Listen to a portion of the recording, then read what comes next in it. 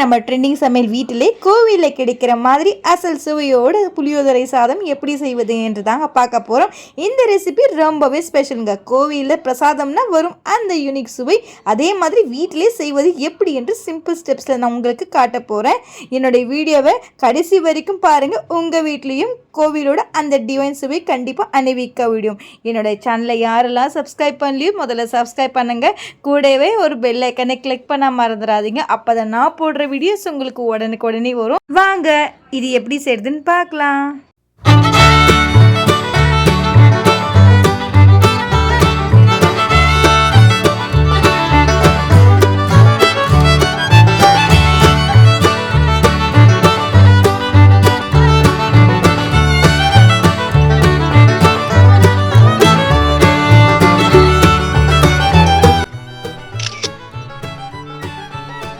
கோயிலில் எப்படி செய்கிறாங்களோ அதே மாதிரி டைப்பில் நம்ம ஒரு புளி சாதம் தாங்க செய்ய போகிறோம்.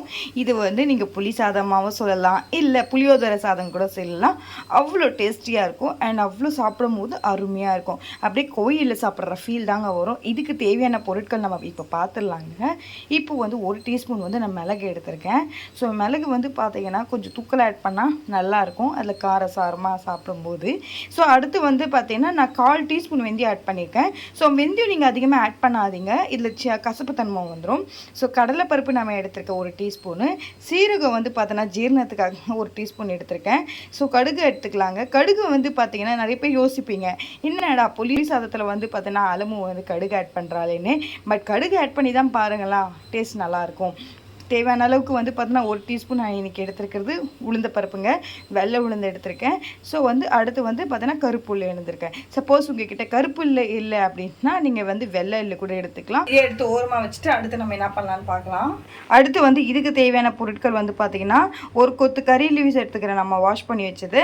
அண்ட் பார்த்தீங்கன்னா காஷ்மீர் மிளகாய் எடுத்துக்கலாம். காஷ்மீரி மிளகாயில் பெருசாக காரம் இருக்காதுங்க, பட் அது நல்லா ஒரு கலர் கொடுக்கும். சப்போஸ் உங்ககிட்ட காஷ்மீரி மிளகாய் இல்லைன்னா நீங்கள் வெறும் மிளகாய் கூட எடுத்துக்கலாம், காஞ்ச மிளகாய்.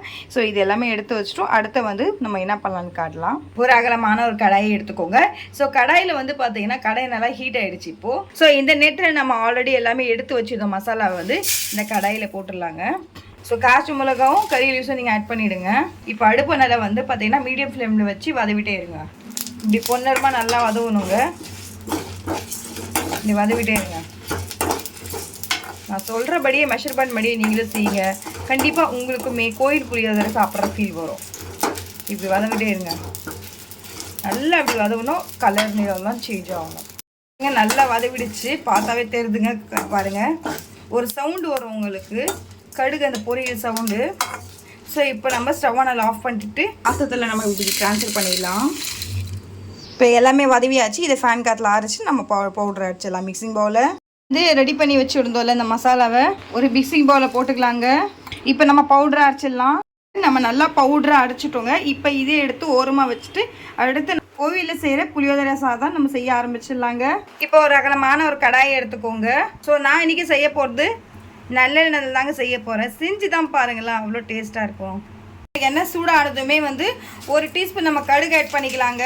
ஸோ அடுத்து பார்த்தீங்கன்னா நீங்கள் வெந்தயம் ஆட் பண்ணுறது ஆப்ஷனல் தான். ஏன்னா ஆல்ரெடியே நம்ம வெந்தயம் போட்டு தான் நம்ம அரைச்சிருக்கோம். ஸோ வெந்தயம் போட்டு நீங்கள் அரைக்கும் போது இதில் வெந்தயம் ஆட் பண்ண அவசியம் கிடையாது. சப்போஸ் நீங்கள் அதில் ஆட் பண்ணலைன்னா நீங்கள் அடுத்து கடுகு ஆட் பண்ணதுக்கப்புறமா வெந்தயம் ஆட் பண்ணிக்கலாம். ஸோ 1 டீஸ்பூன் பார்த்தீங்கன்னா கடலைப்பருப்பு ஆட் பண்ணிக்கலாங்க. 1 டீஸ்பூன் வெள்ளை உளுந்து ஆட் பண்ணிக்கலாம். ஒரு கொத்து கருவேப்பிலை ஆட் பண்ணிக்கோங்க. ஸோ அடுத்து நம்ம ஆட் பண்ண போகிறது ஒரு 3 காஞ்ச மிளகாய் நம்ம ஆட் பண்ணிக்கலாங்க. ஸோ அடுத்து நம்ம வேர்க்கடலை ஆட் பண்ணிக்கலாம். ஜீரணத்துக்கும் வாசனைக்கும் பெருங்காயத்தூள் ஆட் பண்ணிக்கலாங்க. நான் இன்றைக்கி எல்ஜி பெருங்காயத்தூள் தான் ஆட் பண்ணுறேன். ஸோ அடுத்து ஆட் பண்ண போகிறது ஒரு 1/4 டீஸ்பூன் மஞ்சத்தூள் ஆட் பண்ணிக்கலாங்க. நேரத்தில் 1/4 டீஸ்பூன் நம்ம தனி மிளகாத்தூள் ஆட் பண்ணிக்கலாங்க. என்னடா தனி மிளகாத்தூள் ஆட் பண்ணுறாங்க அப்படின்னு சொல்லிட்டு எல்லாருக்கும் ஒரு டவுட் இருக்கும். ஆட் பண்ணி தான் பாருங்களா, சுவையே தனியாக இருக்கும். எல்லாமே நல்லா ஃப்ரை ஆகிடுச்சு. ஸோ இந்த நேரத்தில் ஆல்ரெடி நான் எலுமிச்சை சைஸ் அளவுக்கு புளி எடுத்து கரைச்சி வச்சுருந்தேன், அதை இதில் ஊற்றிக்கலாங்க. இப்போ தேவையான அளவுக்கு நம்ம கல்லுப்பு ஆட் பண்ணிக்கலாங்க. இப்போ நல்லா இதை கொதிக்க வருங்க. அப்படியே எண்ணெய்லாம் திரிஞ்சு மேலே வரணும். தெரியுதுங்களா? இங்கே பாருங்கள், எண்ணெய்லாம் திரிஞ்சு மேலே வருது. நல்லா ஓரளவுக்கு சுண்டி பக்குவமாக வந்துச்சு. ஸோ ஆல்ரெடியே நம்ம பொடி ரெடி பண்ணி வச்சுருந்தோம்ல மிக்சியில். ஸோ கடுகு உளுத்த பருப்பெல்லாம் நம்ம அரைச்சி வச்சுருந்தோம்ல, அதை 1 டீஸ்பூன் எடுத்துக்கலாங்க. ஸோ மீதி வந்து நம்ம சாதம் கிளறும் போது நம்ம ஆட் பண்ணிக்கலாம். இப்போ நல்லா இது கொதிக்கிட்டோம். கொதிச்சுட்டு நல்லா சுண்டி வரணுங்க. அடுப்பை நல்லா அப்படியே மீடியம் ஃப்ளேமில் வச்சுருங்க. தெரிஞ்சு மேலே வருது, அப்படியே கொதிக்குதுங்க. இந்த நேரத்தில் நம்ம கறி லீவ்ஸ் அதிகமாக ஆட் பண்ணிக்கலாங்க. நல்லா வாஷ் பண்ணி வச்சு.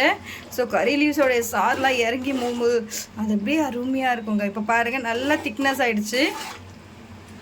நல்லா இந்த மாதிரி திக்காகிடுச்சுங்க. இப்போ நம்ம ஸ்டவ்வை நல்லா ஆஃப் பண்ணிவிட்டு ஆற வச்சுட்டு நம்ம கிளறிடலாம். நம்ம வந்து சாதம் வந்து வடித்து வச்சுருந்தோம். ஸோ நல்லா இது ஃபேன் காற்றுல நல்லா தளன்னு ஆறிடுச்சுங்க. ஸோ ஆல்ரெடி நம்ம எடுத்து வச்சுருந்தோம்ல அந்த பொடி தனியாக மிக்ஸி ஜாரில். ஸோ அதை 1 டீஸ்பூன் நம்ம ஆட் பண்ணிக்கலாம் இப்போது இந்த நேரத்தில். ஸோ உங்களுக்கு தேவையான அளவுக்கு நீங்கள் ஆட் பண்ணிக்கோங்க. இது வந்து நீங்கள் 6 மாதத்துக்கு கூட இந்த புளிக்குழம்பை வந்து நீங்கள் ஸ்டோர் பண்ணி வைக்கலாம் ஃப்ரிட்ஜில்ங்க. ஸோ இப்போ நம்ம வந்து அந்த புளிக்குழம்பு நம்ம இதில் ஊற்றிக்கலாங்க. ஸோ இப்போ நல்லா நம்ம கிளறிடலாம். இந்த மாதிரி பேஷனில் நம்ம போட்டு கிளறும் போது தான் நம்மளுக்கு ரொம்ப ஈஸியாக இருக்கும். ரொம்ப simple and easy and tasty ரெசிபிங்க இது. கண்டிப்பாக நீங்களும் ட்ரை பண்ணுங்கள், என்ஜாய் பண்ணுவீங்க. நம்ம சூப்பராக கிளறி வச்சுட்டோங்க. அடுத்து என்னன்னா நம்ம பரிமாறிடலாங்க. புளியோதரை சாதம் ரெடி ஆகிடுச்சு. அப்படியே கோவிலில் சாப்பிட்ற ஃபீல் வரும் உங்களுக்கு. பாருங்களா, அவ்வளோ அருமையாக இருக்குது. பார்க்கவே எவ்வளோ சூப்பராக இருக்குது. ஏன்னா இதில் நம்ம மிளகு, சீரகம், உளுந்தம்பருப்பு எல்லாமே நம்ம ஆட் பண்ணியிருக்கோங்க.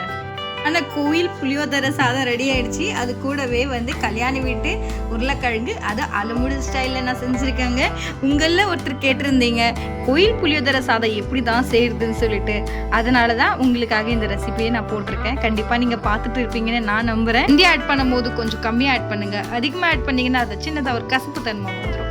ஸோ என்னுடைய வீடியோவை ஃபுல்லாக ஸ்கிப் பண்ணாமல் பாருங்கள். அப்போ தான் நான் என்னென்ன இன்க்ரீடியன்ஸ் ஆட் பண்ணியிருக்கேன்னு சொல்லிட்டு உங்களுக்கு தெரியும். ஸோ என்னுடைய வீடியோவை முழுசாக பார்த்ததுக்கு ரொம்ப ரொம்ப நன்றி. இதே மாதிரி சூப்பரான அருமையான டேஸ்டியான டிஷ்ஷை சந்திக்கும் வரை இப்போ கூட அலமு விடை பெறுவது. Take care, love you, see you, bye.